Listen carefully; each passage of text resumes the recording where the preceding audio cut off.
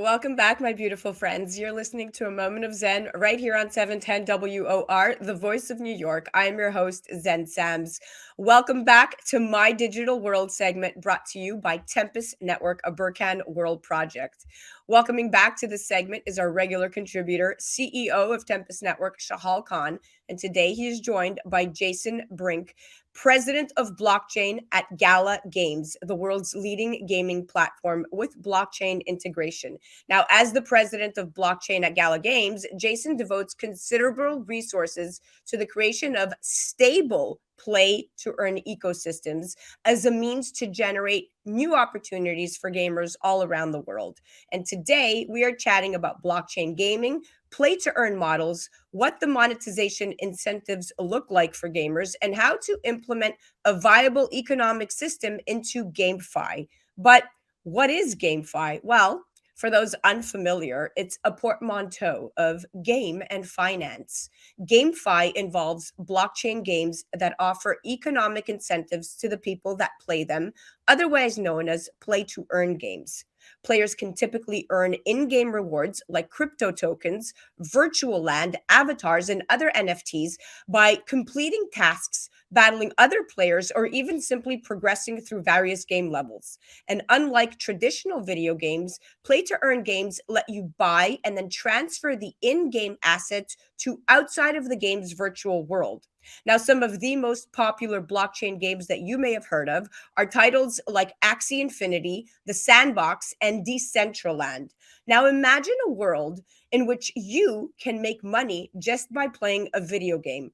Not fake in game money, but the kind of money that helps pay the bills and keeps food on the table. And imagine all the assets in a game, like the characters, the outfits, the weapons, could be bought and sold in the real world. Well, that's GameFi.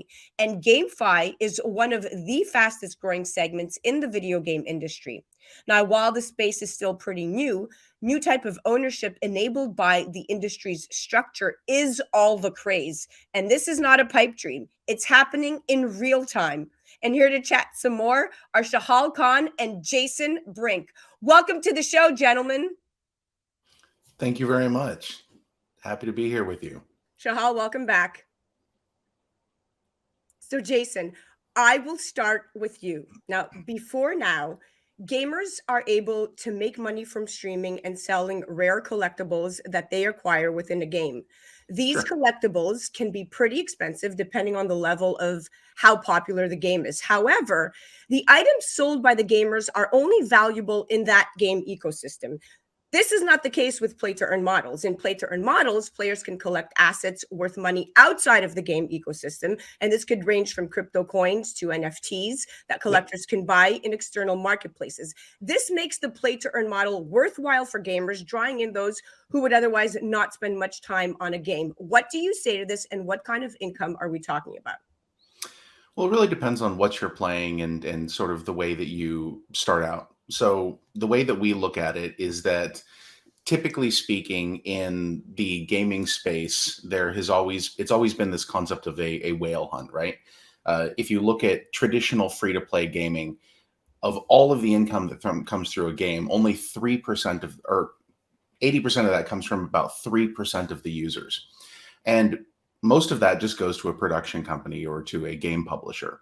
We looked at this and said, well, what if we could come up with a different way to do this? What if we could say, okay, what if we bring that money into a game and allow it to pass through to the game to people on the other side who were also playing but needed money? Uh, Basically, you could have two different player profiles: somebody who has a tremendous amount of time but does not have a lot of money, and somebody who has a lot of money and they're willing to pay that money through and use that to advance their gameplay. We've created a pipeline to facilitate that, and it's worked fantastically. We have tens of thousands of users all over the world who have earned some decent amounts of money. We over last year, our ecosystem distributed about $2.2 billion worth of game rewards and ecosystem rewards to people all over the world. And in the developing world, this can make a massive difference. I mean, we've had people who have been sharecroppers for generations be able to actually buy their own homes in the Philippines and, lift people out of generational poverty. And that's something that I'm super proud of and that we work. This is why we do what we do. It's such a fascinating thing, and I'm a big fan, exactly, because in 2021, if you look back, the world experienced both the rise and fall of GameFi, with popular games including Decentraland and Sandbox and Axie Infinity enabling players to earn in a new standard for gameplay. Within these confines of the game, of the games, players were allowed to experience this true asset ownership, right, as verified by the blockchain, earning profits divided among players regardless of where they were physically located in the world, bringing me to the next point, and I want Shahal to address this. Shahal, while these games have shaped the profitability of gaming, many are still left questioning if the play to earn, this P2E model, can be more than a marketing gimmick.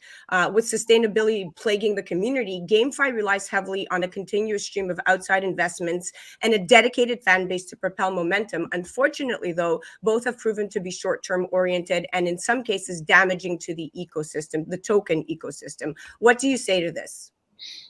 Well, Zen, I think the most important thing is the community. So the people that are actually playing the game, and then audiences that are following gameplay. So there are different kinds of games. Obviously, there are games where an individual is playing and there's no audience, and they're trying to get levels of engagement, through their own gameplay. And if there are others that are associated in that game, they're sort of playing together. But a lot of these games, I think, it's early days, and they need to develop further, where you have individual players, you have community of players, and then you have players that are being viewed by a larger community that's going to engage with them. And what needs to happen, in my view, is the greater population, as Jason was saying, they've bifurcated, which is, I think, brilliant, Jason. You've bifurcated the actual players that have money, and then with let's say an audience that watches that probably doesn't have that much money. So the view is, let's then find a way to monetize that audience that's engaging, that doesn't have that much money, and that's where I think the real benefit's going to come to a lot of these economies. As Jason was talking about, and this is where our focus has been always, is how do you get $10? I mean, $10 is a lot to somebody in India or in Africa. It pays their bills. And that's the population that we want on, and that means developing a lot of different games of different types that allow culturally these people to also now participate. Yeah, exactly. Because the play to earn is basically, play to earn is basically a job. It's not fun. You do something and you get rewards, then people cash out their earnings over and over again, and they don't really contribute to the community. They're just doing their tasks and getting paid. And a play and earn model, which is a very interesting new model that is kind of taking the industry by storm, is what I feel is needed, where it's fun and rewarding, so people can spend hours, days, and months playing and getting better, competing and collaborating, building a really, really incredible community. And I'm going to segue to Jason for this. So Jason, today GameFi projects lack the scale and infrastructure necessary for mainstream accessibility, and this contributes to high upfront costs and fees and potential network bottlenecks. Furthermore, NFTs, like the crypto market, can be incredibly volatile. Their value can fluctuate from 1 hour to the next, making them risky assets to hold. And in the same vein, market observers have warned that the high rate of interest in NFTs can lead to an economic bubble that could burst at any time. What are your thoughts on this? So we've brought, absolute gaming giants into the space. We've got 28 actual AAA games in development right now. We've deployed over $300 million in game funding over the first couple months of this year. It's about creating an amazing game that people love to play, that people will pay to play, and that then leaves a reserve of value for people on the other side that can be extracted by those who need to play in order to survive. This has been seen through COVID. It's been very interesting. Yes, it's extremely interesting. And players in play to earn games, they don't only create value for themselves, they create value for the game. Yes. Developers of the game get revenue, and the players own the assets acquired in the game, all of which translate into tangible real world value. So you are exactly correct. And essentially, utility driven NFTs are non-fungible tokens that are attached to a physical good or service. And it's important to understand that the potential for utility driven NFTs can range can actually range quite significantly from somewhat silly things like items in a video game to very serious things like health insurance or food stamps. And utility-driven NFTs in video games are something of a half measure in that they don't offer you a tangible benefit. However, play-to-earn gaming, where utility NFTs are often found, is playing an interesting part in the broader crypto blockchain economy. Talk to me about this notion. It's a form of ownership, really. I mean, that can be documented across different platforms. And, I think where this entire sector could go to is decentralized and then centralized to a degree, because you need to be able to have people almost go across gaming platforms as they do, almost like, as they're traveling between different countries in the future. And maybe you have interactive games and interactive environments that are actually, digital and then or virtual and then real. And I think that's the world that we see meshing in the future, where people are able to take part in various activities that are in both worlds, and then they have a proof of those activities, or they have a proof of their ownership of items within those environments.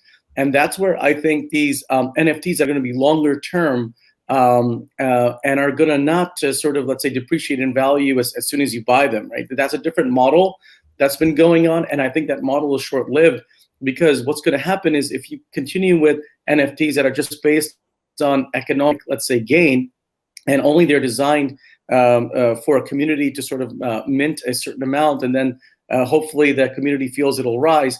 That, once again, I don't think is a sustainable model, because if the community loses value in the NFT, that NFT and the community loses credibility. So I think the longer term NFT model is one of ownership, and I think that is one that these games, as we design these games and as we implement these games, if those are calibrated within the gaming system, it's going to be important for people to have ownership. Very true. Exactly. And you couldn't have said it better. And in the end, recently, in an article, Mirko Basil, founder and CEO of Unix Gaming, said it very eloquently. Gaming is not only playing, it's owning, building, sharing, chatting, and more.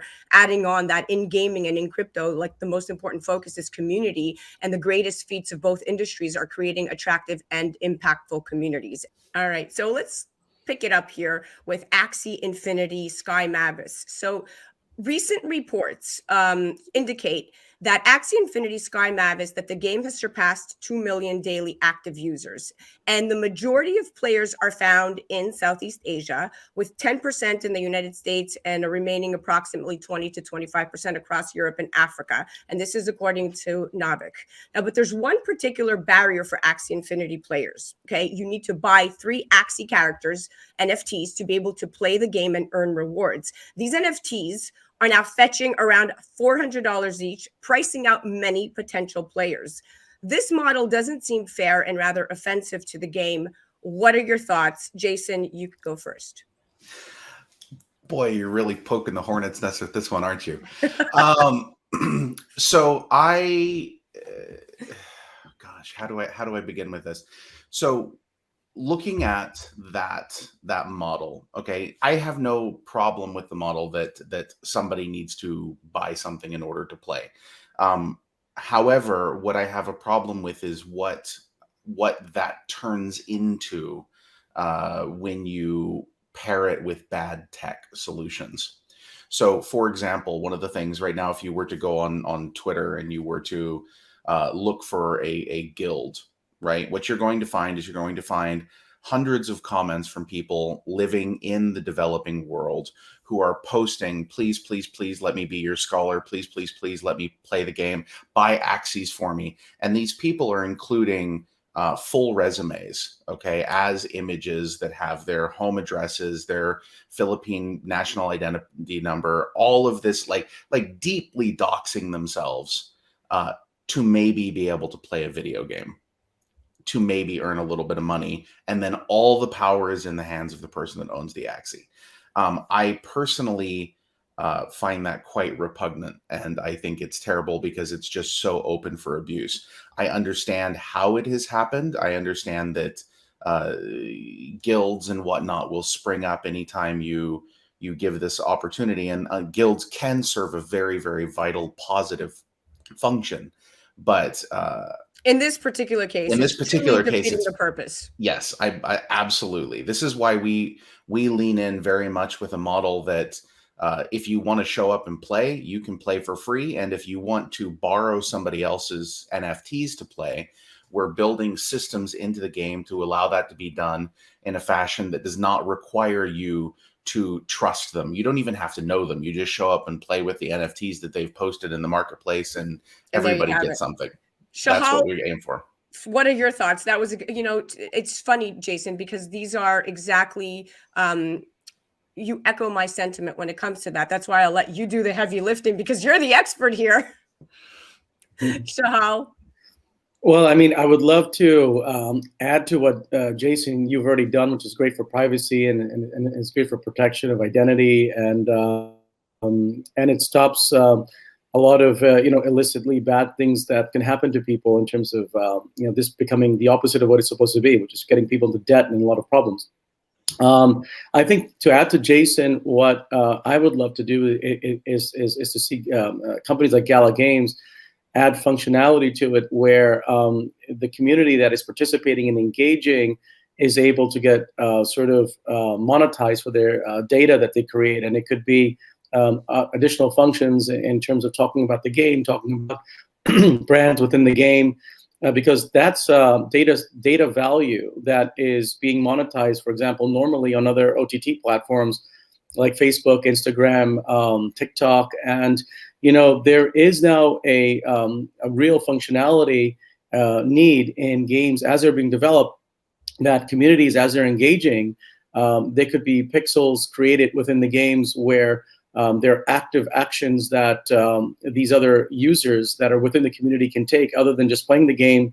And then there's a backward sell of that data to data buyers that they authorize. And at that point, they're also creating a monetary win for themselves without having to expose themselves to a lot of these financial risks. Yeah, exactly. That's pretty much where it's at. Well, we're almost out of time. We have just about a minute left, and I just wanted to thank you both for coming on. Jason, it was very, very, very inspirational talking to you, because your perspective from the development side and doing what you do, paving the way for people to earn real income in a fair way, in a stable ecosystem, like what it is your core belief, is actually very different to see in this rising environment where everybody is just trying to get a piece of the pie. Yeah, it's we stand apart, and that is what we've always done, and we will continue to do. I take my hat off to you. Gala Games, one great company right there. All right, Shahal, thank you so much for bringing on another great guest. It was always a pleasure talking to you. Thank you, Zen. All right, guys, that was My Digital World, brought to us by Tempus Network. That was CEO and founder Shahal Khan and president of blockchain at Gala Games, Jason Brink. Definitely check them out, tempus.network and app.gala.games. You're listening to A Moment of Zen right here on 710 WOR, the voice of New York. We'll be right back after this.